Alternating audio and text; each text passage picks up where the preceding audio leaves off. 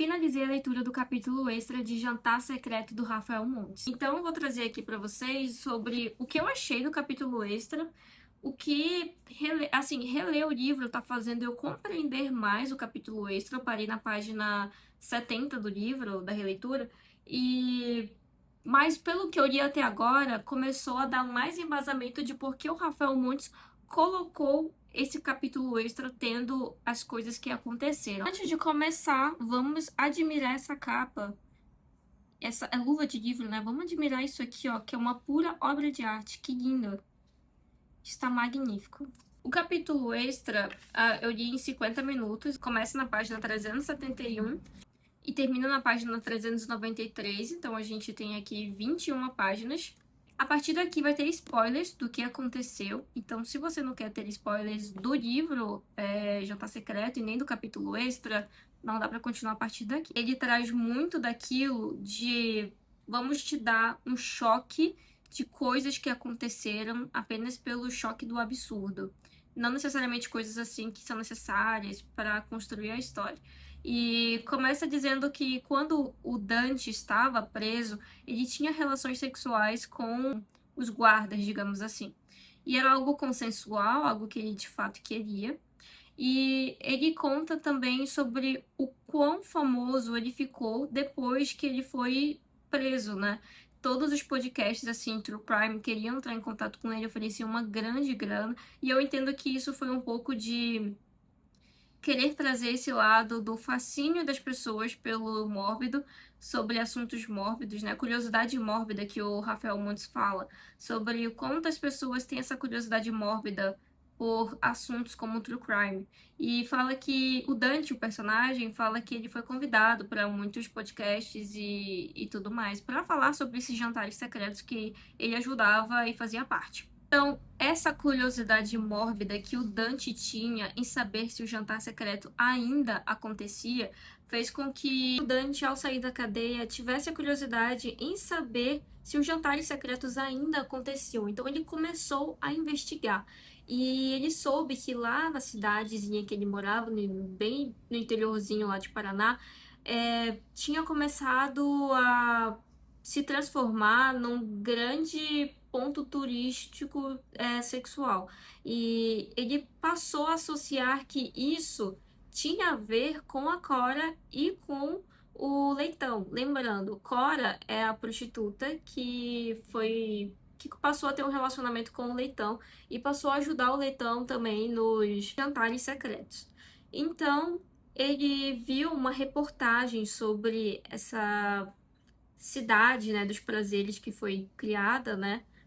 E ele viu essa reportagem feita por jornalista César. A reportagem tinha um e-mail do César, então ele entrou em contato do César para tentar obter informações sobre essas duas pessoas que ele estava investigando como as pessoas responsáveis por criar esse turismo sexual na cidade de Pingo d'Água. Esse César parece um pouco relutante em entrar em contato com ele, porque, de acordo com o César, depois dessa reportagem, ele passou a ser perseguido e, inclusive, mataram a namorada dele. Então, ele ficou quieto sobre o assunto e deixou o assunto morrer. Depois que ele passa a achar o Dante uma pessoa assim que talvez ele possa confiar, ele abre o jogo e fala: olha, eu tenho um contato na cidade de Pingo d'Água e o nome dele é Dog Boy. Você chega nessa cidade, entra em contato com o Dog Boy, você marca uma sessão com o Dog Boy. O Dog Boy é um homem que trabalha nessa casa do Sim. E lá o Dog Boy, ele é um escravo sexual. Então ele quer derrotar, né, essas pessoas que trabalham lá nessa casa que obrigam ele a estar lá. O Dante associou que essas duas pessoas podiam ser a Cora e o Leitão, que faria muito sentido ser. Então ele fala que ele entra em contato com esse Dog Boy e tem que marcar uma consulta com o Dog Boy, né? E aí ele, entrando em contato com o Dog Boy iria apresentar ele a os mandantes, né? Convidaria ele para um jantar secreto com os mandantes e lá ele teria a oportunidade de acabar com toda a quadrilha, né? Acabar com os dois mandantes dessa quadrilha. Então ele entra nesse plano, viaja, vai para Pingo d'Água novamente, entra na cidade, que a cidade, assim, foi transformada num grande. Ele compara a um Beto Carreiro World, só que da prostituição. Então as pessoas viajavam para lá só para ficar um tempo lá, toda a prostituição, gente fazendo sexo na rua, só coisa do tipo. Ele comenta até que tem vitrines com strippers já na vitrine. É aquela coisa de chocar, sabe? Uma referência que eu achei interessante é que em Beleza Fatal, do Rafael Montes, que é uma série, tem a Casa do Sim. E aqui no livro ele traz de novo essa Casa do Sim, só que criada por Core Leitão. Então, vamos lá. Ele marca um encontro com o Dog Boy, já chega lá, encontra o Dog Boy. Aí uma coisa assim que acontece, mais daquilo de coisas feitas para chocar. Ele tem relações com o Dog Boy. E o Dog Boy confessa pra ele que de fato ele tá ajudando o detetive e que ele vai conseguir marcar um encontro pra ele e fala que tudo tá sendo gravado, então eles têm que fazer o ato sexual para parecer real. E o Dante assim, ó, tudo bem, né? Nem queria fazer mesmo, então ele vai lá, eles ficam juntos. E após isso, ele volta para casa, se planeja, porque no dia seguinte ele iria encontrar, ele ia pro jantar secreto e de fato ele ia encontrar a Cole Leitão e o objetivo dele era matar a Cole e o Leitão. Chegando no jantar, ele fica lá olhando a entrada, né, pra ver se ele encontra o Dog Boy. Ele vê o Dog Boy entrando e o Dog Boy dá um sinal como se fosse para ele seguindo. E ele segue o Dog Boy. O Dog Boy para, né, do nada e ele nossa, vou procurar um lugar para eu me esconder. Em seguida, aparece um homem gordinho que fica ao lado do Dog Boy. Ele não entende por que os dois estão parados lá, assim, no meio do nada, sem fazer nada. Então, ele fica meio acuado de o que que eu faço. E aí ele começa a perceber que o cara que tá ao lado do Dog Boy, que tá de costas para ele, é muito semelhante ao Leitão. Então ele pensa, cara, eu acho que agora eu vou lá, vou atacar esse cara pelas costas e esse cara com certeza é o Leitão. Vou acabar com tudo isso assim muito rápido e muito fácil. Ele faz isso. Quando ele olha pra cara do cara, o cara não é o Leitão. E aí surge a voz de uma mulher. E ele percebe que essa mulher que tá falando é a Cora. E ela fala: sente aí, vamos conversar. E ele senta pra conversar com ela, assim, meio atordoado ainda com tudo que aconteceu. E ela fala: nossa, você fez um favor pra mim. Esse cara que você acabou de matar era um cara que tinha reunido provas contra a gente e queria acabar com toda a nossa diversão e nossa forma de fazer dinheiro, queria entregar a gente pra polícia e tudo mais. Ela começa com aquele papo de, ai, nossa, senti saudades. E ela fala pra ele que tudo isso foi só um teatro, todo o tempo tava na mão dela, toda a situação, ela sempre soube o que ele estava fazendo. E fala também que foi ela que fez ele sair da cadeia por bom comportamento e que aquele detetive, na verdade, era ela. Nunca houve o detetive César, nunca houve aquela reportagem. Aquela reportagem foi ela que fez, porque ela sabia que quando ele saísse da cadeia, ele ia atrás. E aí ele foi atrás, caiu na armadilha dela. E aí ele pensa, beleza, mas cadê o Leitão? O que que aconteceu com o Leitão? O que que você fez com o Leitão? E ela fala, Dante, muitos anos se passaram. E aí vem a parte que mais me embrulhou o estômago. E olha que eu já li, né, esse livro. Então, assim, a cena do matadouro, pra mim, não se compara com a nojeira que foi pra mim descobrir o plot do capítulo extra. Então, a Cora fala pra ele, Dante, muito tempo se passou. Hoje em dia existem várias formas para uma pessoa emagrecer e ficar em boa forma. Existem várias injeções, remédios, até mesmo musculação e coisas do tipo. Então, assim, o Leitão está irreconhecível. Aí se aproxima o Dog Boy. Dog Boy, que é um rapaz que usa uma máscara de cachorro na cabeça, que inclusive eu acho que é uma referência meio Tyrion, né? Ele começa a tirar a máscara da cabeça. E adivinhe quem está atrás da máscara? Leitão está atrás da máscara. Mano, isso pegou assim em mim que eu fiquei, que nojo. É porque pra mim é como se o Dante tivesse sido abusado, sabe? É, para mim foi satânico, porque assim, é uma pessoa que ele odeia. Imagina, é uma pessoa que você odeia e você teve relações com uma pessoa que você odeia e você nem imaginava que era aquela pessoa. Essa agonia toda aconteceu muito pra mim porque conta em detalhes como foi a relação dos dois naquela noite, né, dele com o Dog Boy. A gente tem extremos detalhes de como ele se sentiu, como ele estava apaixonado pelo Dog Boy, que foi a melhor relação que ele tinha, que ele teve há tempos, entendeu? Que ele até tinha essa questão do imaginário dele de pensar, vou derrotar os vilões e vou fugir com o Dog Boy, vou salvar o Dog Boy dessa vida infeliz que ele tá levando aqui. Então, para depois de tudo, ele ver que o Dog Boy é a pessoa que ele mais tem nojo na vida, da pessoa que ele mais odeia na vida.